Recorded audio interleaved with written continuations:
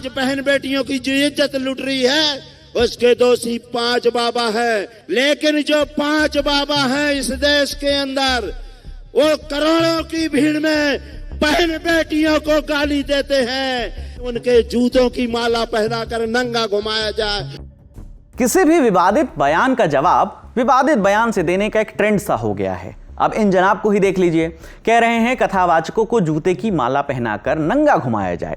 इतना ही नहीं, जो जगत गुरु रामभद्राचार्य हैं उनको अंधाचार्य भी कहा है और उनकी मां के बारे में आपत्तिजनक भाषा का इस्तेमाल किया है।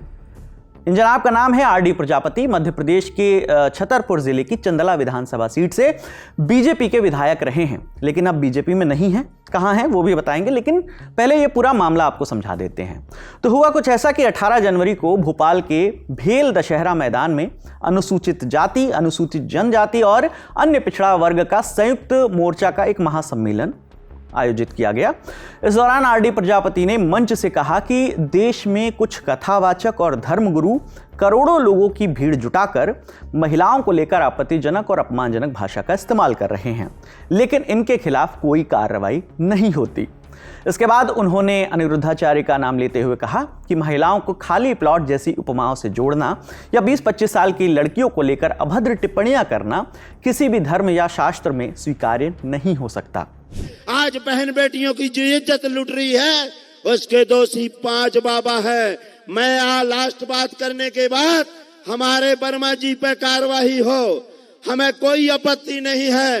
लेकिन जो 5 बाबा हैं इस देश के अंदर, वो करोड़ों की भीड़ में बहन बेटियों को गाली देते हैं कि इनकी रजिस्ट्री करवा लो। अब बहन बेटियां तो पिलाट हो गई हैं।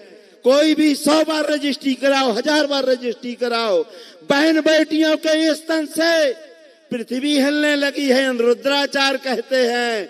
अब आप बताइए, एक अंधाचार है, वो कहता है wonderful student, wonderful instrument for enjoy. अब अंधरा, कितने लोगों ने एंजॉय किया है, तभी तुम्हारी आंखी खराब हो गई अंधरा। एक बाबा लाली लगाकर कहता है, अरे हमारी बहन बेटियां 25 साल से 20 साल जो आती हैं वो 10 जगह मुंह मार के आती हैं, अपनी जवानी उतार के आती हैं। उनके ऊपर कार्रवाई क्यों नहीं? मैं चाहता हूं हमको फांसी दी जाए, डॉक्टर वर्मा जी को, संतोष वर्मा जी को आईएएस हटा दिया जाए, लेकिन पहले उनके जूतों की माला पहनाकर नंगा घुमाया जाए, जो व्यासपीठ से बोलते हैं। अब आपको जगत गुरु रामभद्राचार्य के उस बयान के बारे में भी बता देते हैं जिसका जिक्र आरडी प्रजापति ने किया। तो उनका एक वीडियो वायरल हुआ था 25 जुलाई 2025 को। ये वीडियो उनके यूट्यूब चैनल पर पोस्ट किया गया था, बाद में ये वायरल हुआ।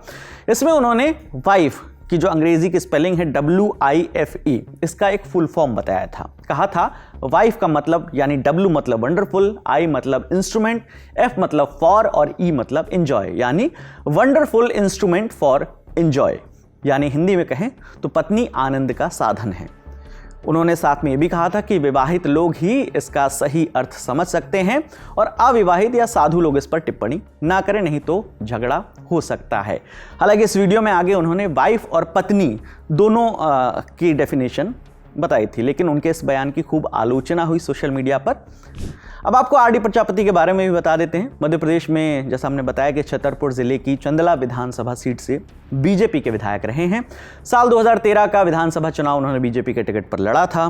फिर अगले चुनाव में यानी 2018 में पार्टी ने उनका टिकट काटकर उनके बेटे राजेश प्रजापति को टिकट दे दिया था। फिर राजेश प्रजापति 2023 तक इस सीट से विधायक रहे।